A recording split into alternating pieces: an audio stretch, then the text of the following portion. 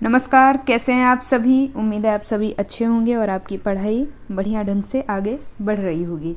तो आज के वीडियो में हम चर्चा करने वाले हैं महत्वपूर्ण आलोचनात्मक ग्रंथों पर, क्योंकि बहुत सारी आलोचनाएं हैं, बहुत सारे आलोचनात्मक ग्रंथ हैं। आपको समझ ही नहीं आता है कि आपको किन्हें पढ़ना चाहिए, किन्हें छोड़ना चाहिए। परीक्षा की दृष्टि से कौन से आलोचनात्मक ग्रंथ, कौन सी रचनाएं महत्वपूर्ण हैं।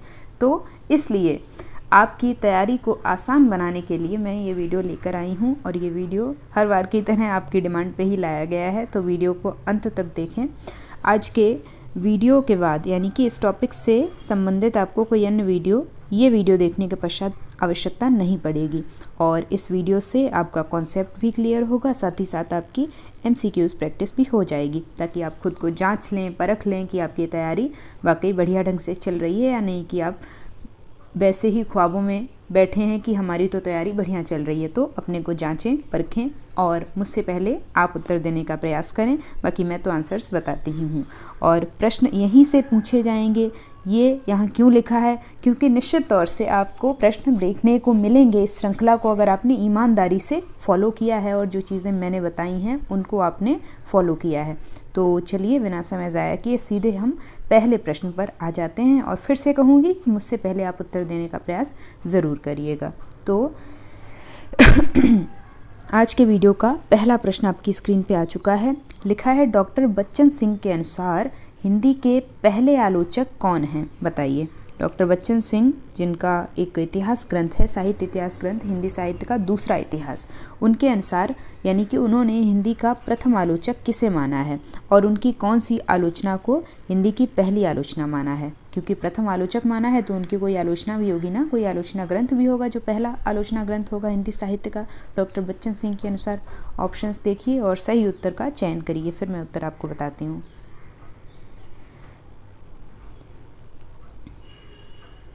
तो आई होप आपने उत्तर चूज़ कर लिया होगा। ऑप्शन बी यहाँ पर करेक्ट है। यहाँ पर बात हो रही है बालकृष्ण भट्ट की, और इनका आलोचनात्मक ग्रंथ भी यहाँ पर लिखा हुआ है, और उसका प्रकाशन वर्ष भी यहाँ पर लिखा हुआ है। फिर हम आगे बढ़ जाते हैं और अगले प्रश्न पर आते हैं। अगला प्रश्न है दूसरा।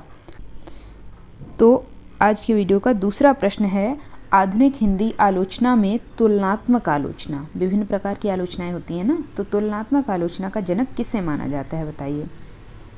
तुलनात्मक आलोचना से सीधा सीधा अगर शाब्दिक अर्थ लेंगे, दो विषयों के बीच में तुलना दिखाई जाती है आलोचक के द्वारा, समीक्षक के द्वारा। चलिए सही उत्तर आप चूज़ करिए।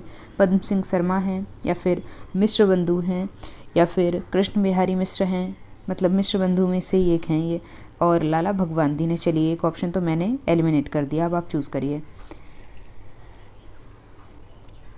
तो यहाँ पर सही उत्तर है Padma Singh Sharma, option A correct है। अगले प्रश्न पर आइए। तीसरा प्रश्न है, मिश्र बंधुओं द्वारा रचित प्रसिद्ध आलोचना ग्रंथ हिंदी नवरत्न, मोस्ट इम्पॉर्टेंट, का प्रकाशन कब हुआ था? बताइए। ये याद रखना है कि मिश्र बंधुओं द्वारा रचित है, और ये याद रखना है कि ग्रंथ का नाम क्या है, और ये भी याद रखना है कि ये प्रकाशित कब हुआ था। और आगे मैं बताऊंगी कि इसमें है क्या। वैसे तो मैं अभी बता दे रही हूँ, इसमें देव बड़े हैं या बिहारी, इस चीज़ को लेकर समीक्षा की गई है। तो सही उत्तर है यहाँ पर 1910 में ये प्रकाशित हुआ था। आगे बढ़िए, अगले प्रश्न पर आइए। चौथा प्रश्न है, मैंने बता ही दिया इसका उत्तर तो आपको, कि हिंदी नवरत्न, जिसके रचनाकार कौन है? मिश्र बंधु हैं। किस विवाद को जन्म दिया है इस ग्रंथ के माध्यम से मिश्र बंधुओं ने? बता ही दिया है मैंने आपको कि देव बड़े हैं कि बिहारी, दोनों ही रीतिकालीन कवि हैं। अंतर इतना है कि देव जो हैं वो आचार्य कवि हैं, क्योंकि वो रीतिकाल के पहली शाखा, यानी कि रीतिबद्ध शाखा के कवि हैं। वहीं बिहारी रीति सिद्ध शाखा के एकमात्र कवि हैं, जिनकी रचना कौन सी है? बिहारी सतसई। आगे बढ़ते हैं पांचवें प्रश्न पर। चलिए, प्रश्न है, आचार्य रामचंद्र शुक्ल की प्रथम सैद्धांतिक आलोचना किसे माना जाता है? बताइए। आचार्य रामचंद्र शुक्ल की प्रथम सैद्धांतिक आलोचना किसे माना जाता है? उत्तर दीजिए आप।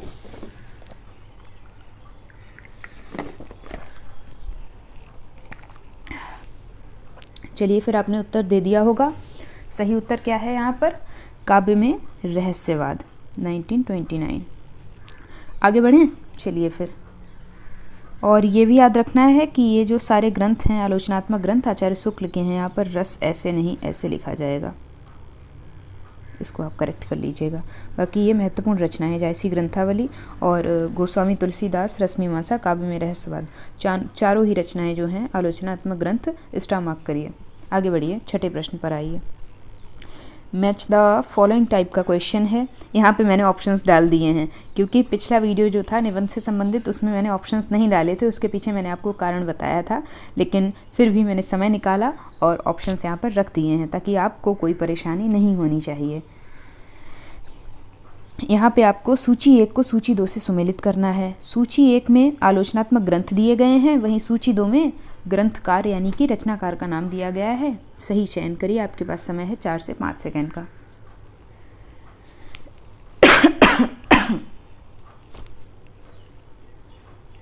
तो आई होप आप सबने सही उत्तर चूज़ कर लिया होगा। अब मैं आपको मिलान करवा रही हूँ, तो चलिए। हाँ, राम की शक्ति पूजा जो कि निराला की रचना है और यहाँ पर उस पर आलोचनात्मक ग्रंथ लिखा है राम की शक्ति पूजा निराला की कालजयी कृति के नाम से। किसने लिखा है बताइए? ये लिखा है डॉक्टर नगेंद्र ने। इसके बाद में नया साहित्य नए प्रश्न, पिछला जो वीडियो था निबंध से संबंधित उसमें मैंने ये रचना कराई है, तो आपको याद होनी चाहिए अगर आप पढ़ रहे हैं चीज़ों को ध्यान से और रिवाइज़ कर रहे हैं, क्योंकि अगर रिवीजन नहीं करेंगे फिर तो मैं क्या भगवान तक उतर आए वो भी आपको याद नहीं करा पाएंगे। तो ये चीज़ें जो हैं आपको याद रखनी हैं। और हाँ, तो नया साहित्य नए प्रश्न नंद दुलारे वाजपेयी की रचना है। इसके बाद में साहित्य शास्त्र किसकी रचना है? रामकुमार वर्मा की है। और छायावाद पुनर्मूल्यांकन निराला की है। याद रखनी है आपको, पहली और इसके बाद में दूसरी, इसके बाद में चतुर्थ, ये तो 4 मोस्ट इम्पॉर्टेंट हैं। आगे बढ़िए, अगले प्रश्न पर आइए। प्रश्न है 7वां। लिखा है आलोचना के क्षेत्र में विरोधों में या फिर विरुद्धों में सामंजस्य सिद्धांत का प्रवर्तन किसने किया है? बताइए, सिद्धांत की बात हो रही है, इसका प्रवर्तन किसने किया है?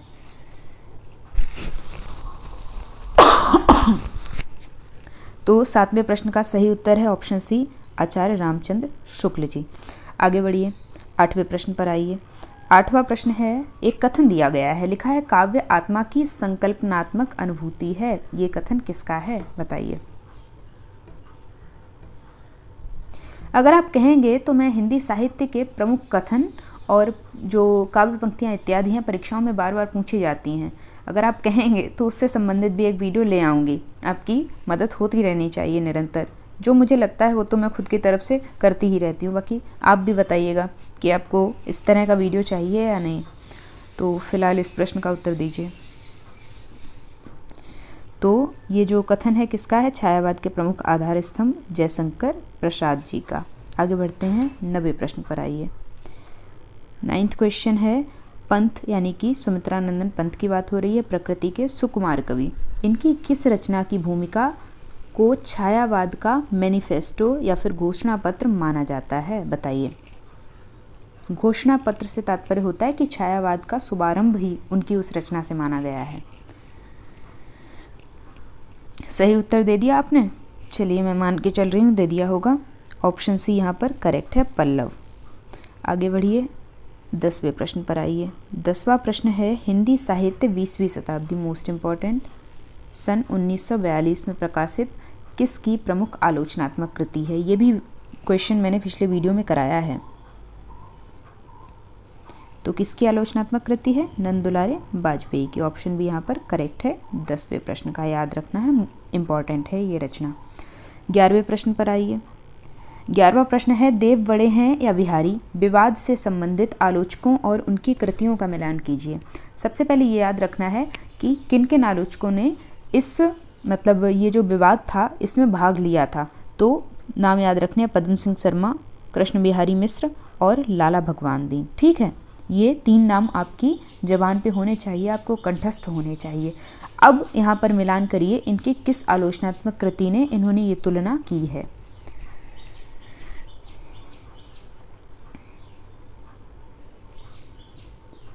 चलिए फिर मैं आपको बता रही हूँ। पद्म सिंह शर्मा का जो आलोचनात्मक ग्रंथ है इस विवाद से संबंधित वो है बिहारी सतसई तुलनात्मक अध्ययन नाम से। इसके बाद में कृष्ण बिहारी मिश्र का है किस नाम से, देव और बिहारी नाम से, और लाला भगवान दीन का है बिहारी और देव। लेकिन ये 3 नाम आपको कंठस्थ होने चाहिए, मैं फिर से कहूँगी। तो फिर यहाँ से ऑप्शन हमारा ए करेक्ट हो जाता है 11वें प्रश्न का। आगे बढ़ते हैं 12वें प्रश्न पर आइए। 12वां प्रश्न है, हिंदी आलोचना में ईला चंद्र जोशी मुख्य नाम है को किस पद्धति का जनक माना जाता है, बताइए।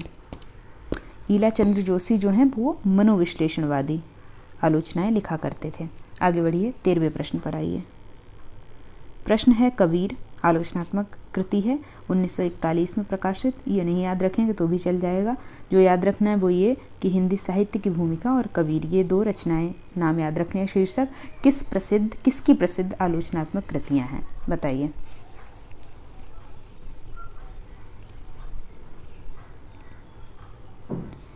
तो 13वें प्रश्न का सही उत्तर क्या होगा, दे दिया आपने। चलिए फिर ऑप्शन बी यहाँ पर करेक्ट है, आचार्य हजारी प्रसाद द्विवेदी, जिन्हें मैं शॉर्टकट में HPD भी लिख देती हूँ।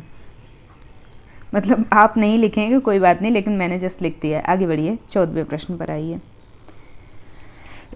14वां प्रश्न है, कामायनी एक पुनर्विचार सन 1961 में प्रकाशित, ये आप याद रख लेना, किसकी अत्यंत महत्वपूर्ण आलोचनात्मक कृति है, बताइए। बहुत ही विवादों में रही और कामायनी के संदर्भ में महत्वपूर्ण आलोचना ग्रंथ है।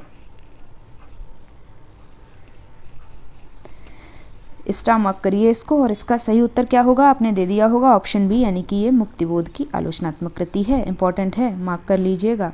आगे बढ़िए 15वें प्रश्न पर आइए। मैच द फॉलोइंग टाइप का क्वेश्चन है। सूची 1 में हर बार की तरह रचनाएं दी गई हैं, आलोचनात्मक ग्रंथ दिए गए हैं, और सूची 2 में रचनाकारों के आलोचकों के नाम दिए गए हैं। सही मिलान करिए, आपके पास समय है 4 से 5 सेकेंड का।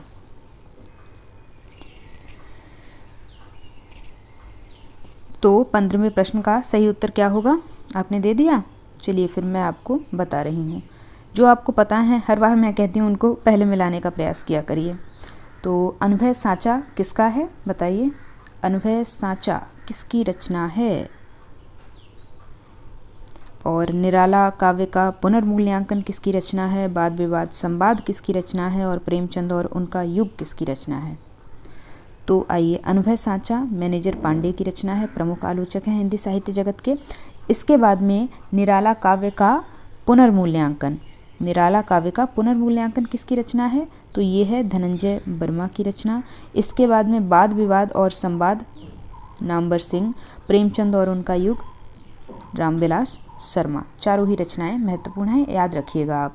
तो इस तरह से हमारा ऑप्शन ए का सेकेंड, इसके बाद में बी का फोर्थ, ठीक है, सी का थर्ड एंड डी का फर्स्ट। फोर्थ ऑप्शन यहाँ पे करेक्ट हो जाता है 15वें प्रश्न का। चलिए आगे बढ़ते हैं, 16वें प्रश्न पर आते हैं। प्रश्न है, डॉक्टर रामविलास शर्मा की कृति नाम है निराला की साहित्य साधना, स्टार मार्क करिए, कितने भागों में प्रकाशित है। जाहिर सी बात है, निराला की जीवनी परक आलोचनात्मक रचना है, या फिर जीवनी परक आलोचनात्मक ग्रंथ है, रामविलास शर्मा जी के द्वारा लिखा गया, महत्वपूर्ण है और 3 भागों में प्रकाशित है। अब तीनों भागों का प्रकाशन वर्ष भी आपको याद होना चाहिए। जो चीज़ें मैं बता रही हूँ वो तो आपके दिमाग में बैठ ही जानी चाहिए, इसीलिए मैं कहती हूँ भले ही आप लिखें ना, लेकिन आप वीडियो को 1 या 2 बार रिवाइज़ ज़रूर कर लेना, तो आपके दिमाग में चीज़ें सरसरी तरीके से ज़रूर बैठ जाएंगी। चलिए फिर आइए, पहला, दूसरा और तीसरा भाग। अब आइए इनके प्रकाशन वर्षों पर। तो पहला भाग कब प्रकाशित हुआ था, ये हुआ था सन 1969 में, 1969 में। दूसरा भाग 1972 में, 72 में। तीसरा भाग कब हुआ था, 1976 में। चलिए ये तीनों चीज़ें आपको याद रखनी हैं। आगे बढ़िए, 17वें प्रश्न पर आइए। प्रश्न है, हिंदी साहित्य और संवेदना का विकास महत्वपूर्ण है, स्टार मार्क करिए, के लिए किसे ख्याति प्राप्त है, या फिर कह लीजिए ये किसका आलोचनात्मक ग्रंथ है, महत्वपूर्ण है, याद रखिएगा। और अगर ये पता है, चलिए यहाँ पे तो ये लिखाइए, फिर मैं क्या ही पूछूँ, प्रकाशन वर्ष पूछना था वैसे। तो ये किसकी रचना है, रामस्वरूप चतुर्वेदी जी की रचना है, बड़ा नाम है हिंदी साहित्य जगत के आलोचनाकार के रूप में। आगे बढ़िए, कौन सा प्रश्न है, 18वां प्रश्न। पढ़िए प्रश्न को और सूची 1 को सूची 2 से सम्मिलित करिए, आपके पास समय है थोड़ा सा।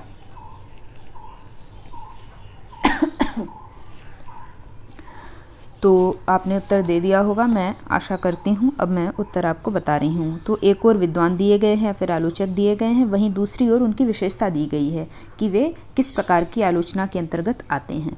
तो चलिए फिर मिलान कर लेते हैं। इसमें से मैंने आपको एक तो बता रखा है, वो है पद्म सिंह शर्मा, यानी कि तुलनात्मक आलोचना के जनक। तो सी का थर्ड कहाँ पे दे रखा है, देखिए इस तरह से एलिमिनेशन मेथड काम करता है। एक पता होने से आपका काम बन गया। महावीर प्रसाद द्विवेदी प्रथम लोकवादी आचार्य हैं। बालकृष्ण भट्ट आधुनिक हिंदी के प्रथम आलोचक माने गए हैं और भारतेंदु हरिश्चंद्र व्यवहारिक आलोचना के जनक माने गए हैं। तो इस हिसाब से ऑप्शन ए करेक्ट हो जाता है 18वें प्रश्न का। फिर आगे बढ़िए और आइए कौन से प्रश्न पर, 19वें प्रश्न पर।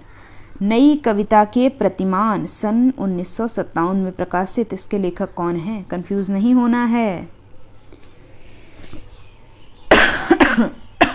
बताइए, नई कविता के प्रतिमान पूछा गया है। तो ये रचना है लक्ष्मीकांत वर्मा की, और वहीं दूसरी जो रचना है, इसीलिए मैंने कहा कंफ्यूज नहीं होना है, वो है कविता के नए प्रतिमान। क्या है, मैं लिख दे रही हूँ, कविता के नए प्रतिमान। ये रचना जो है ये है नामवर सिंह जी की, क्योंकि बहुत बार ऐसा होता है कंफ्यूज हो जाते हैं बच्चे। तो कंफ्यूजन की जहाँ पे थोड़ी सी भी संभावना होगी, मैं पहले ही आपको आगाह कर दूंगी। 1968 में प्रकाशित, प्रकाशन वर्ष इन दोनों का आप याद कर लीजिएगा, ठीक है। फिर आगे बढ़ जाते हैं। थोड़ा सा हैंड राइटिंग खराब आई क्योंकि उंगली से लिख रही हूँ, तो थोड़ा सा मैनेज कर लेना। 20वें प्रश्न पर आइए। प्रश्न है 20, कविता से साक्षात्कार सन 1979 में प्रकाशित, जो कि नहीं याद रखना है। कविता से साक्षात्कार याद रखना है। और रामचंद्र शुक्ल किसकी आलोचनात्मक कृतियां हैं? पहली महत्वपूर्ण है। बताइए 20वें प्रश्न का सही उत्तर क्या होगा।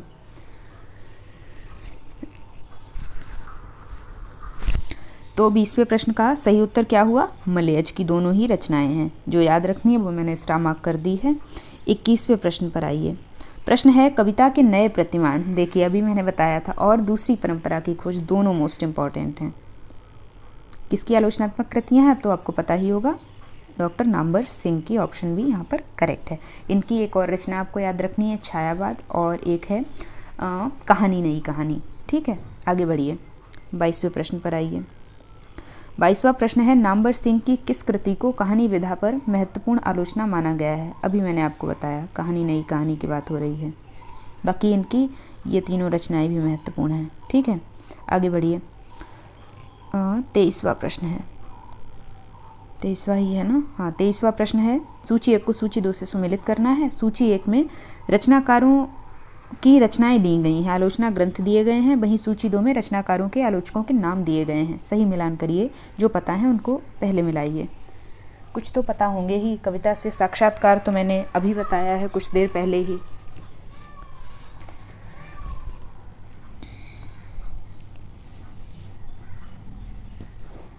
चलिए फिर मैं मान के चल रही हूँ कि आपने मिलान कर लिया होगा, तो फिर मैं मिलान करवा रही हूँ। तो साहित्य सर्जना किसका ग्रंथ है? ईलाचंद्र जोशी का, जो कि मनोविश्लेषणवादी आलोचक हैं। इसके बाद में नए पुराने निकस, निकस ही होगा यहाँ पर, निष्कर्ष नहीं होगा। आप सोचें मैंने गलत लिख दिया, निकस ही है यहाँ पर। तो ये किसकी है? लक्ष्मीकांत वर्मा की। इसके बाद में प्रसाद निराला अज्ञे, किसकी पुस्तक है? रामस्वरूप चतुर्वेदी की। इसके बाद में कविता से साक्षात्कार, मलयज की, ठीक है। तो इस हिसाब से ऑप्शन हमारा कौन सा करेक्ट हुआ? 4th करेक्ट हो रहा है ना। ए का सेकेंड, बी का फर्स्ट, सी का fourth, okay, 4th is right. आगे बढ़िए, 24वें प्रश्न पर आइए। प्रश्न है शब्द और कर्म। दूसरी रचना है साहित्य के समाजशास्त्र की भूमिका। दोनों महत्वपूर्ण हैं। किसकी आलोचनात्मक कृतियां हैं बताइए।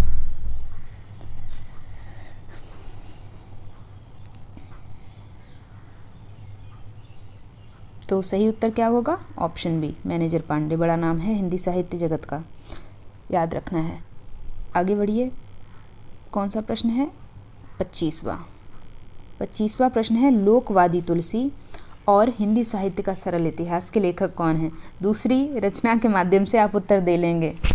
बाकी लोकवादी याद रखना है, लोकवादी तुलसी। दूसरी तो याद रहती ही है, तो उसको मैंने इसलिए नहीं स्टार मार्क कर रही थी, बाकी ये महत्वपूर्ण है। तो कौन है? विश्वनाथ त्रिपाठी जी की यहाँ पर बात हो रही है। आगे आइए, 26वें प्रश्न पर।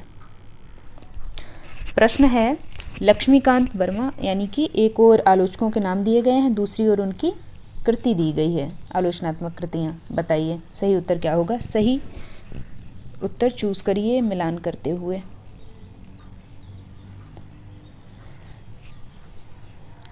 नई कविता के प्रतिमान तो मैंने आपको बताई है, कविता से साक्षात्कार भी बताई है, हिंदी साहित्य और संवेदना का विकास भी बता दी है। अब तो आपको मिलाई लेनी चाहिए। अब भी अगर गलत मिलाई फिर तो पिटने वाले काम हैं, आपके सामने नहीं बैठे हो, नहीं तो फिर चलिए फिर मिलाइए। रामस्वरूप चतुर्वेदी की है हिंदी साहित्य और संवेदना का विकास, लक्ष्मीकांत वर्मा की है नई कविता के प्रतिमान, और याद रखना है कविता के नए प्रतिमान नामवर सिंह की है, नई कविता के प्रतिमान सन 1957 में प्रकाशित लक्ष्मीकांत वर्मा की है।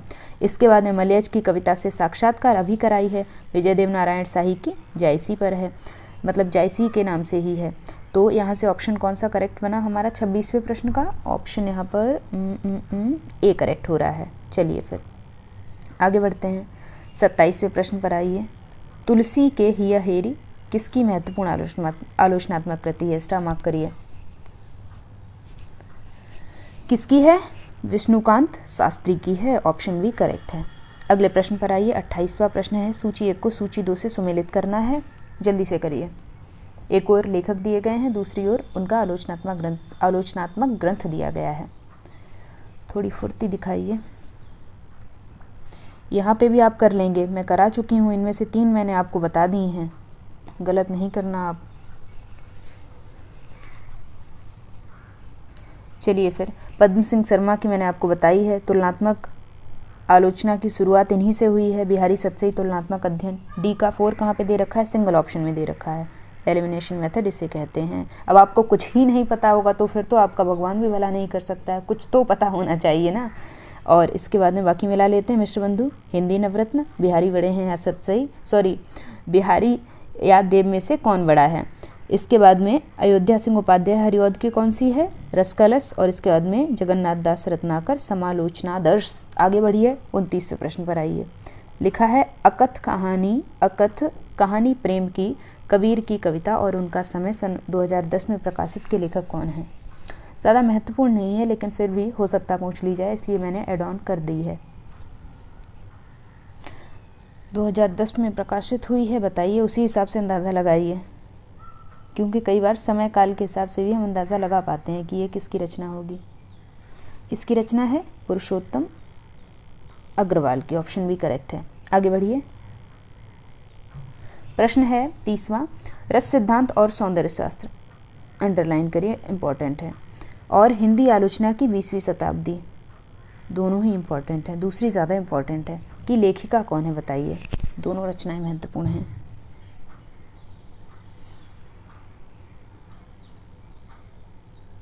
तो किसकी रचनाएं हैं? निर्मला जैन की हैं। ऑप्शन ए यहाँ पर करेक्ट है। आगे बढ़िए, अगले प्रश्न पर आइए। 31वां प्रश्न है, खाटी घरेलू औरत, इंपॉर्टेंट है, किसकी प्रसिद्ध कृति है? किसकी है? ममता कालिया की है। ऑप्शन ए करेक्ट है। याद रखनी है क्योंकि याद रखनी है ये रचना। आगे बढ़िए। कौन सा प्रश्न है? 32वां प्रश्न है। 32वां प्रश्न है, हव्वा की बेटी शीर्षक से स्त्री विमर्श पर आधारित आलोचना किसने लिखी है? ऑप्शन ए करेक्ट है, दिव्या जैन। आगे बढ़िए। 33वें प्रश्न पर आइए। प्रश्न है, औरत के लिए औरत, इम्पॉर्टेंट है, शीर्षक से स्त्री विमर्श पर आधारित आलोचना किसने लिखी है? बताइए कौन सा ऑप्शन करेक्ट है? ऑप्शन बी करेक्ट है। आगे बढ़ें फिर। चलिए अगला प्रश्न कौन सा है? 34वां प्रश्न है। धैर्य बना के रखिए, अभी आपको मेरे ख्याल से 45 के करीब प्रश्न हैं इस वीडियो में। तो सही उत्तर आपने चूज़ कर लिया होगा। अब मैं आपको सही उत्तर मिलान करवाती हूँ। यहाँ पे मैंने खाटी घरेलू औरतें तो आपको अभी बताई है ना। हाँ, यहाँ पे देखिए 31वें प्रश्न, ममता कालिया। तो इस तरह से भी आप चीज़ें याद रख सकते हैं।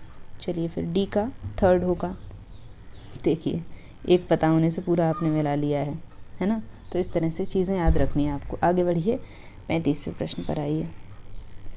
बाकी के भी देख ही लीजिए, मैं इसलिए नहीं मैंने मिलान कराया क्योंकि फिर वही है, वीडियो ज़्यादा लंबी हो जाती है। चलिए मिला दे रही हूँ। प्रभा खेतान, उपनिवेश में स्त्री, अनामिका, स्त्रीत्व का मानचित्र, इसके बाद में बच्चे ही हैं मृणाल पांडे, परिधि पर स्त्री, ये इम्पोर्टेंट है। आगे बढ़िए। 35वां प्रश्न है, शुद्ध कविता की खोज किस प्रसिद्ध कवि की आलोचनात्मक रचना है? यहाँ पर कवि की होगा तो सही उत्तर है यहाँ पर Ramdhari Singh Dinkar, option B correct है। आगे बढ़िए 36वें प्रश्न पर चलिए।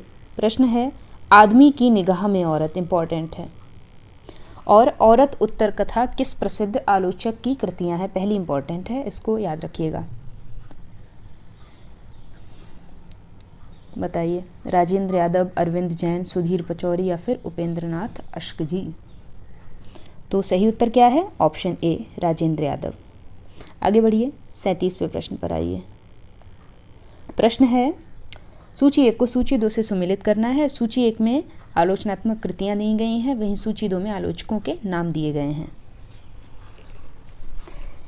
इसमें से मैंने आपको एक करा रखी है, कामिनी एक पुनर्विचार, तो मैंने बताई ही है आपको, मुक्तिबोध की रचना है ना। तो इस हिसाब से देखते हैं काम बन पाता है या नहीं। तो सी का थर्ड तो 3 ऑप्शंस में दे रखा है, काम नहीं बनेगा, और पता होनी चाहिए यहाँ पे तो आपको। चलिए फिर उत्तर बताऊँ? चलिए बताती हूँ। दिनकर एक पुनर्विचार किसकी रचना है? शंभुनाथ की रचना है। इसके बाद में भक्ति आंदोलन और सूर का काव्य किसकी रचना है? मैनेजर पांडे की रचना है। इसके बाद में अंतिम बची प्रगतिशील साहित्य की समस्याएं किसकी रचना हुई? रामविलास शर्मा जी की। अब देखिए डी का 1 कहाँ पे दे रखा है? 2 ऑप्शंस में दे रखा है। सी का थर्ड 2 ऑप्शन में। बी का देखिए, बी का सेकेंड ही है, ऑप्शन थर्ड करेक्ट हो रहा है यहाँ से।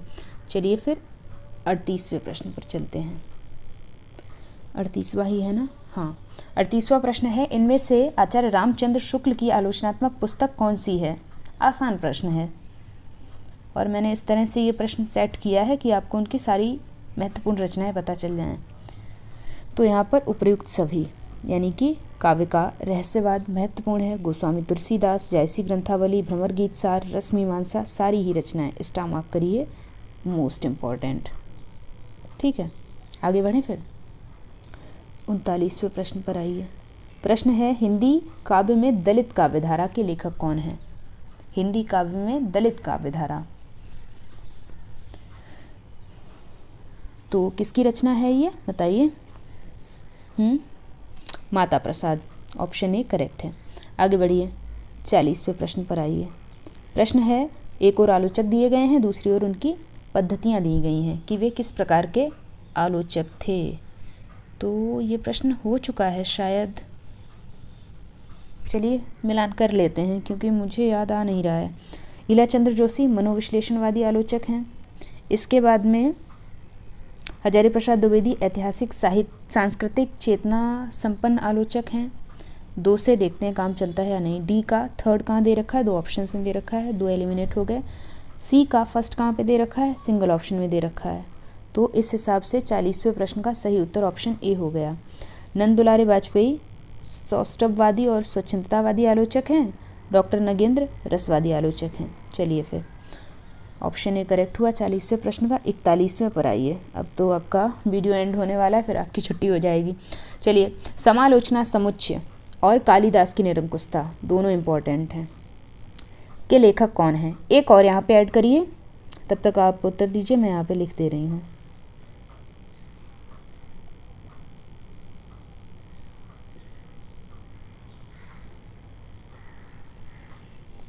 चलिए अब उत्तर दीजिए। तो ये तीनों रचनाएं समालोचना समुच्चय, कालिदास की निरंकुशता और नैषध चरित चर्चा किसकी रचनाएं हैं? तो ये तीनों ही रचनाएं हैं महावीर प्रसाद द्विवेदी जी की, और तीनों ही रचनाएं इंपॉर्टेंट हैं, है ना। चलिए फिर आ जाइए अगले प्रश्न पर। 42वां प्रश्न है, सूची 1 को सूची 2 से सुमेलित करना है।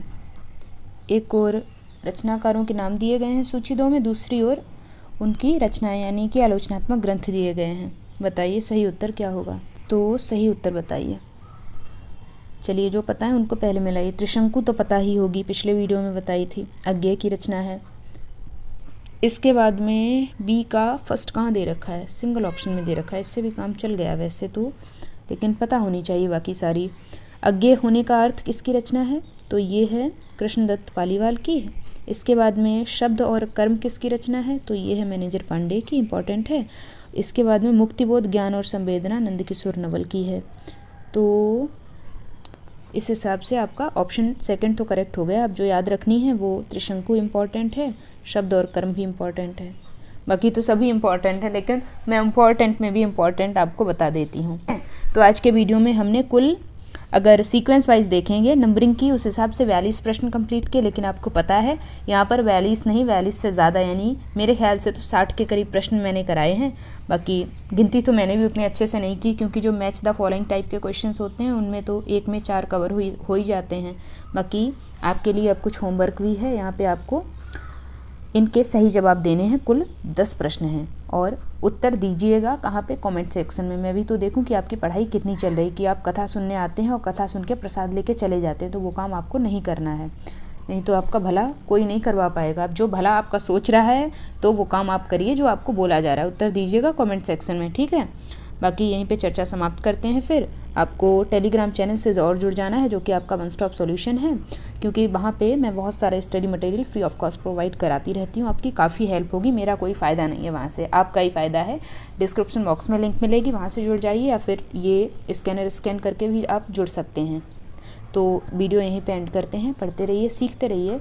अगर मज़ा आ रहा है इस सीरीज़ में और हेल्प हो रही है, लग रहा है कि इस चैनल से आपको जेन्युइन कंटेंट प्रोवाइड कराया जाता है, कोई ज़बरदस्ती नहीं है, तो वीडियो को लाइक करना है, अपना फीडबैक कमेंट सेक्शन में देना है, क्योंकि मेरे लिए तो वही आपका प्यार ही मोटिवेशन है। मुझे अच्छा लगता है बाद में आपके प्यारे प्यारे कमेंट्स पढ़ के। बाकी पढ़ते रहिए, सीखते रहिए, खुद भी चैनल से जुड़िए और अपने साथियों को भी जोड़िए।